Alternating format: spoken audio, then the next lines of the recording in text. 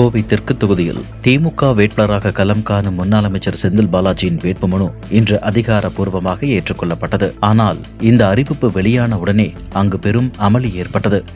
செந்தில் பாலாஜியின் வேட்புமனுவில் நோட்டரி சான்றிதழ் மற்றும் ஆவண எண்கள் முறையாக இல்லை என கூறி அங்கு திரண்டிருந்த அதிமுக மற்றும் நாம் தமிழர் கட்சியினர் கடும் ஆட்சேபனை தெரிவித்தனர். சுயேட்சை வேட்பாளர்களின் மனுக்கள் சிறு தவறுகளுக்கே நிராகரிக்கப்படும் நிலையில் செந்தில் பாலாஜியின் மனு மட்டும் எப்படி ஏற்றுக்கொள்ளப்பட்டது என அவர்கள் கேள்வி எழுப்பினர். இதுகுறித்து செய்தியாளரிடம் பேசிய நாம் தமிழர் கட்சி வேட்பாளர் பேரறிவாளன், செந்தில் பாலாஜி கோவையில் இருந்த நேரத்தில் கரூரில் நோட்டரி வாங்கியதாக மனுவில் குறிப்பிடப்பட்டுள்ளது. இது மிகப்பெரிய விதிமீறல். இதுகுறித்து முறையிட்ட போது அதிகாரிகள் காது கொடுத்து கூட கேட்கவில்லை என ஆவேசமாக குற்றம் சாட்டினார். அனைத்து ஆவணங்களும் சரியாக இருப்பதாக கூறி தேர்தல் அதிகாரி மனுவை ஏற்றுக்கொண்டார். சந்தேகம் இருந்தால் எழுத்துப்பூர்வமாக மனு அளிக்கலாம் என அதிகாரிகள் தெரிவித்ததை அடுத்து இரு கட்சியினரும் அடுத்த கட்ட சட்ட நடவடிக்கைக்கு தயாராகி வருகின்றனர். பொள்ளாச்சியில் உங்கள் கனவு இல்லம் நனவாக மெட்ரோ ஹரி கார்டன். ஒரு சென்டின் விலை 6,50,000 மட்டுமே.